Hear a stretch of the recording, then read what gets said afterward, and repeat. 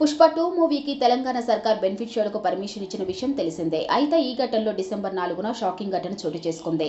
దిల్సుఖ్ నగర్ నుంచి తన కుటుంబంతో కలిసి సరదాగా సినిమా చూసేందుకు రేవతి అనే మహిళ వచ్చింది.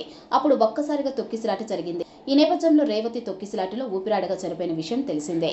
ఆమె కొడుకు శ్రీతేజ్ను మొదట దుర్గాబాయి దేశ్ముఖ్ తరలించారు. అక్కడ చికిత్స అందించారు. తాజాగా బాలును కిమ్స్కు తరలించినట్లు తెలుస్తుంది. ఈ నేపథ్యంలో ఇటీవల ఈ ఘటనపై అల్లు అర్జున్తో పాటు సంజయ్ థియేటర్ యాజమాన్యంపై పోలీసులు కేసు నమోదు చేశారు. ఈ కేసులో A11 గా ఉన్న అల్లు అర్జున్ అరెస్ట్ చేశారు. అనేక నాటికి ఈ పరిణామాల తర్వాత తెలంగాణ హైకోర్టు మాత్రం మధ్యంతర బెయిల్ ఇచ్చిన విషయం తెలిసిందే. గతంలోనే అల్లు అర్జున్ రేవతి కుటుంబానికి సారీ చెబుతూ వీడియోలను విడుదల చేశారు. ఆ కుటుంబానికి 25 లక్షలు ప్రకటించారు. అరెస్టు నుంచి బెయిల్ వచ్చాక కూడా ఆ కుటుంబాన్ని కలవాలని అనుకుంటున్నట్టు చెప్పారు. కానీ కేసు కోర్టు పరిధిలో ఉన్న క్రమంలో కలవకూడదని న్యాయ నిపుణులు చెప్పారని అన్నారు. అయితే అల్లు అర్జున్ టీం మాత్రం శ్రీతేజ్ కుటుంబంతో టచ్లో ఉన్నామని, వైద్య ఖర్చులు భరిస్తున్నామని కూడా చెప్పినట్టు తెలుస్తుంది. అంతేకాకుండా ఇటీవల సింగపూర్ నుంచి 4 లక్షల రూపాయల కాస్ట్లీ ఇంజెక్షన్ సైతం తెప్పించినట్లు వార్తలు వచ్చాయి. అయితే తాజాగా హైదరాబాద్ సిపి సివి ఆనంద్ శ్రీతేజ్ను పరామర్శించినట్లు తెలుస్తుంది.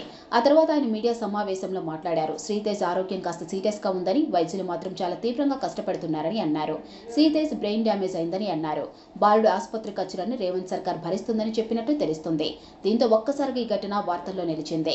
ఇన్ని రోజులు అల్లు అర్జున్ టీం బాలుడు ఆసుపత్రి ఖర్చులు భరిస్తున్నామని, ఇంజెక్షన్ తెప్పించామని చెప్పినవన్నీ అబద్ధాలేనా అంటూ కొంతమంది సోషల్ మీడియాలో అల్లు అర్జున్ ఏకిపారేస్తున్నారట. ఇలాంటి పరిస్థితుల్లో అబద్ధాలు చెప్పేందుకు నోరు ఎలా వస్తుందని కొందరు మండిపడుతున్నారు.